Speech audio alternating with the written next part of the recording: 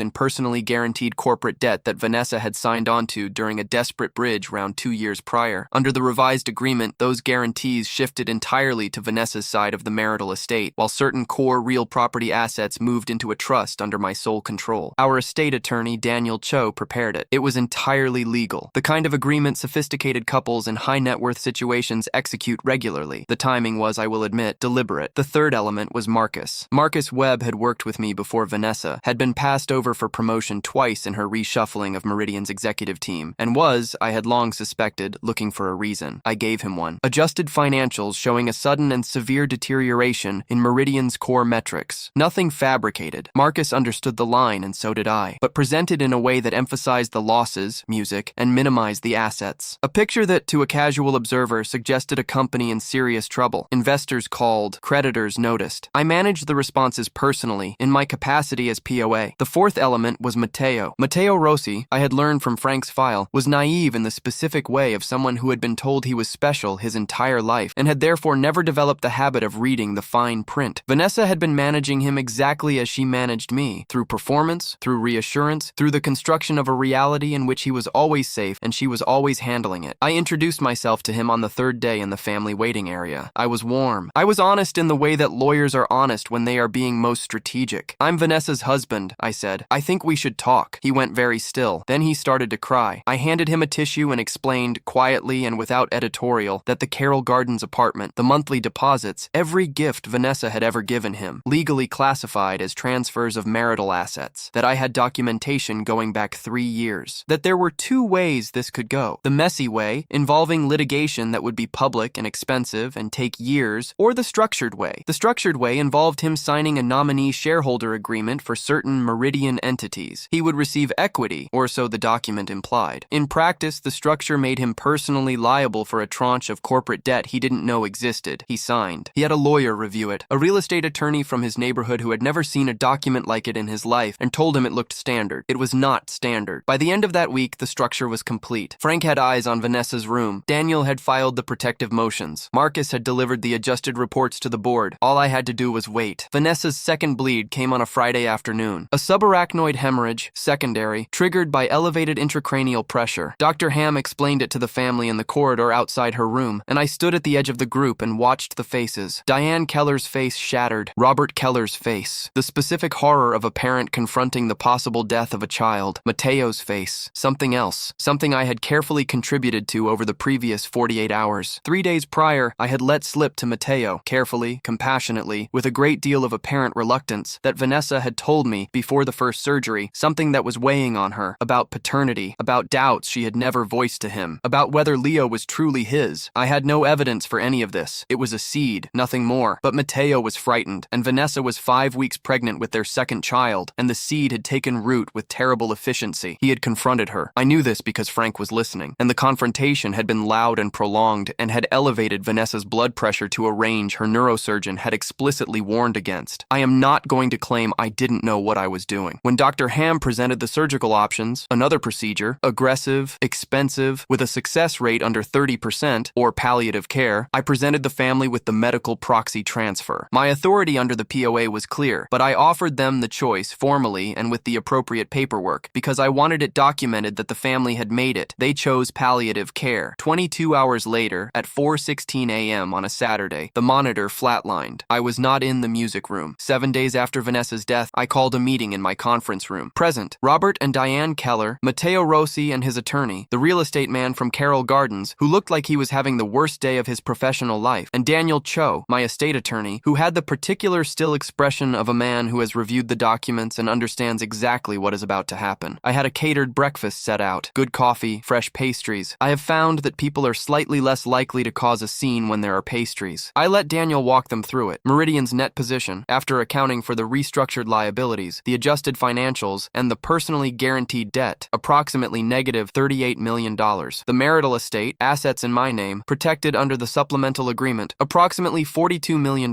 Mateo, as nominee shareholder, personally liable for the corporate tranche, roughly $11 million.